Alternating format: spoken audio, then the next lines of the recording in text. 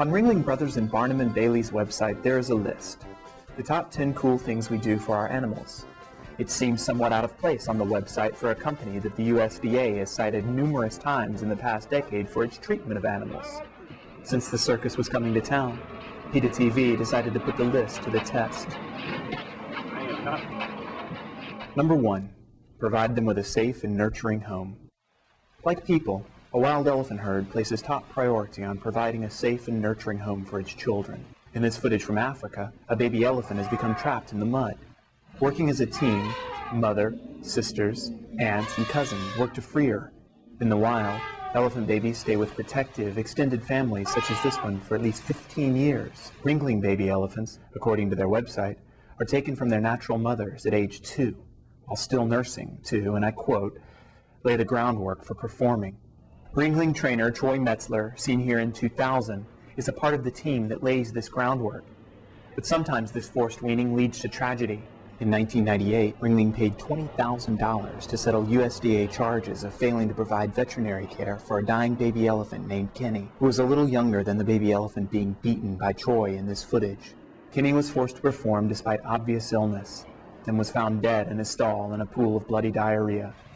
The baby in Africa was eventually freed by her family, but another Ringling calf, Benjamin, was not so lucky.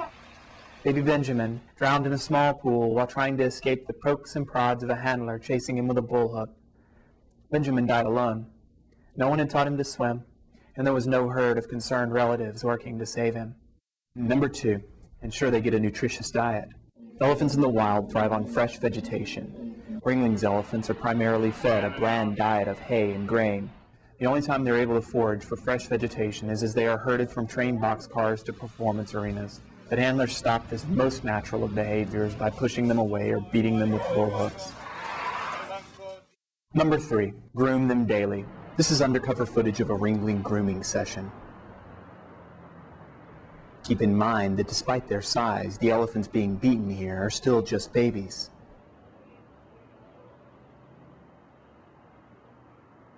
Number 4, train them in ways that meet both their physical and mental needs. Ringling claims to have been caring for animals for 130 years. For many of those years, this care has been meted out by a family dynasty headed by patriarch Gunther Gable Williams. But it's not just tigers and elephants Gunther uses his whip on. In 1994, he was arrested in St. Louis and charged with disturbing the peace. Gable Williams, it seems, had screamed at a police officer and threatened the officer with a whip because officers were giving traffic tickets to circus customers. Number 5, give them complete medical care. According to Ringling's Director of Veterinary Care, Dr. William Lindsay, 8 elephants at Ringling facilities in Florida were diagnosed during the 1990s with a strain of TB that is communicable to human beings. This diagnosis has led the Florida Department of Agriculture to place Ringling's Williston, Florida elephant facility under quarantine. TB is just one of the reasons why 18 elephants have died in Ringling's care since 1990. Number 6, use innovative technology to improve overall health care. This is an example of the advanced technology that Ringling claims it uses on its animals. It's called a bullhook. A bullhook is nothing more than a steel club with a sharpened tip at the end. Ringling animal trainers use the bullhook like Barry Bonds uses a baseball bat.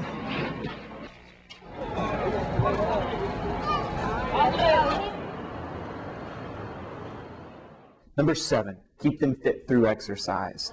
Ringling's exercise regime? Hours a day in chains. In 1993, Ringling Brothers helped defeat legislation in California that would have limited the number of hours per day that elephants could be chained. Ringling wrote, "Chaining is a safe and acceptable means of protecting both the elephants and the public." Number 8, enrich their lives through performance.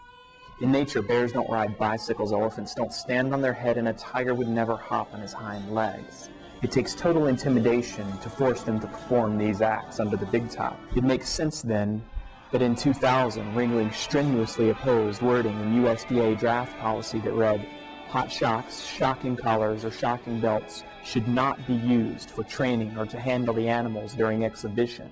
Number 9, speak up for the conservation and preservation of all animals. 44 of Ringling's current elephant herd of endangered Asian elephants were taken from the wild in traumatic capture expeditions, where baby elephants were rounded up using jeeps and guns. Even though Asian elephants are protected by international and federal laws, the trade continues. In the year 2000, Poachers killed 60 free-roaming female elephants so that their babies could be collected and sold to the entertainment industry. The still-nursing elephants, all under the age of 3, refused to abandon their dead mothers, even attempting to suckle from their corpses. Singer Dave Matthews has just signed a petition asking Swaziland to call off just such captures in Africa. Number 10. Love them. There's an old saying, if you love someone, set them free. Homes for animals liberated from circuses, such as the Elephant Sanctuary in Tennessee, provide a place where former circus captives can practice a new trick for the first time in their lives. Simply being elephants.